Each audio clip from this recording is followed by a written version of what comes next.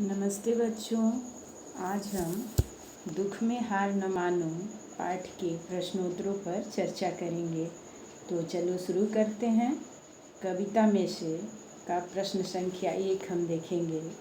मनुष्य किसे और कहाँ ढूंढता रहता है? तो इसका उत्तर लिखेंगे, मनुष्य ईश्वर को मंदिरों, वनों और कुंजों में ढूंढता रहता है। प्रश्न संख्या 2, कविता में कवि किस प्रकार की आह की बात करता है? तो इसका उत्तर लिखेंगे, कविता में कवि गरीबों और मजलूमों के मुख से निकलने वाले पीड़ापूर्ण आह की बात कर रहे हैं। प्रश्न संख्या 3, बाजे बजाने से क्या अभिप्राय है? तो इसका उत्तर लिखेंगे, बाजे बजाने से कवि का अभिप्राय धार्मिक अनुष्ठानों में ईश्वर को रिझाने के लिए नाना प्रकार के वाद्य यंत्रों के माध्यम से मंत्रोच्चार करना है। प्रश्न संख्या 4, कवि अधीर मन में कैसा प्रभाव भरने की बात करता है?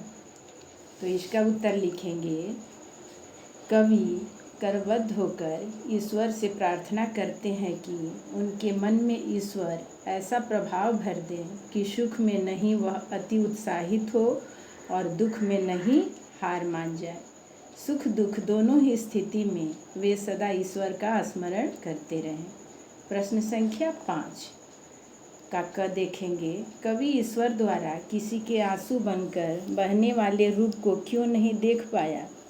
तो इसका उत्तर लिखेंगे, कवि ईश्वर द्वारा किसी के आंसू बनकर बहने वाले रूप को नहीं देख पाया क्योंकि कवि ईश्वर की खोज मंदिरों, वनों और कुंजों में कर रहा था। ख, बेबस और गिरे हुओं से क्या तात्पर्य है? तो इसका उत्तर लिखेंगे, बेबस और गिरे हुओं से कवि का तात्पर्य समाज के उन गरीब वर्ग के लोग हैं जो दीनहीन अवस्था में जीवन व्यतीत करते हैं। ग, कवि ने ईश्वर को किस प्रकार रिझाने का प्रयत्न किया?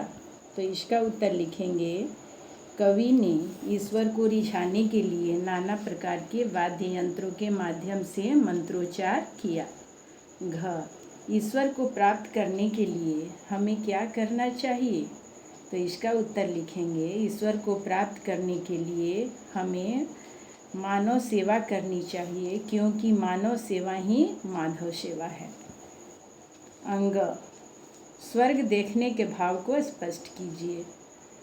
स्वर्ग देखने का भाव यह है कि सदा ऊपर ही देखते रहना। अब हम बातचीत के प्रश्नोत्तरों पर चर्चा करेंगे। प्रश्न संख्या 1, जब ईश्वर दीनों के यहाँ निवास करते हैं तो फिर मंदिर में पूजा करने का अभिप्राय स्पष्ट कीजिए।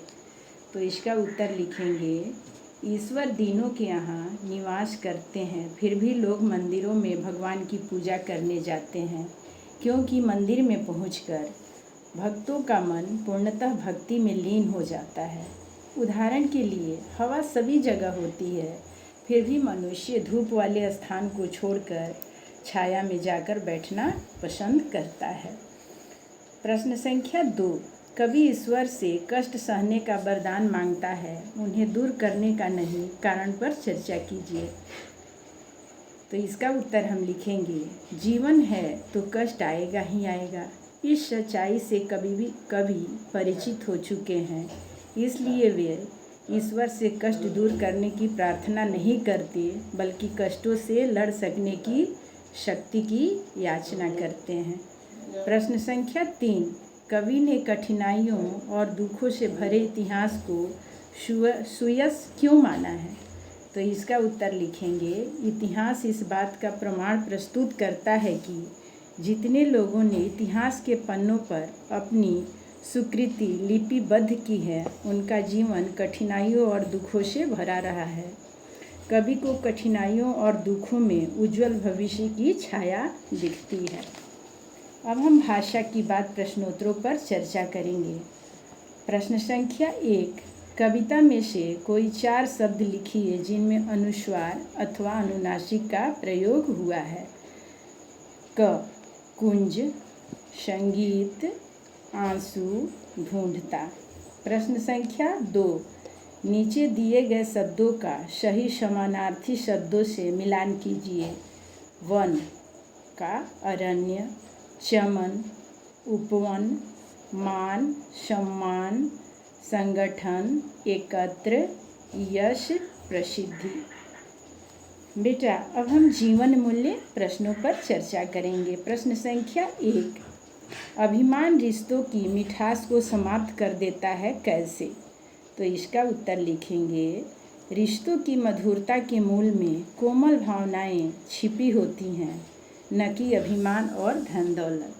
जब रिश्तों में सहिष्णुता की जगह अभिमान आ जाए तब रिश्तों की मिठास शून्य हो जाती है। प्रश्न संख्या 2, अभिमान तथा स्वाभिमान में लेस मात्र अंतर है, स्पष्ट कीजिए। तो इसका उत्तर लिखेंगे, अभिमान लोगों को अपने पास होने वाली किसी चीज़ को लेकर होता है, जबकि स्वाभिमान नैतिक मूल्यों से जुड़ा रहता है। अभिमान बाह्य वस्तुओं पर निर्भर होता है और इसके चूर चूर होने की संभावना होती है, जबकि स्वाभिमान लोगों को अमरता की ओर ले जाता है। धन्यवाद।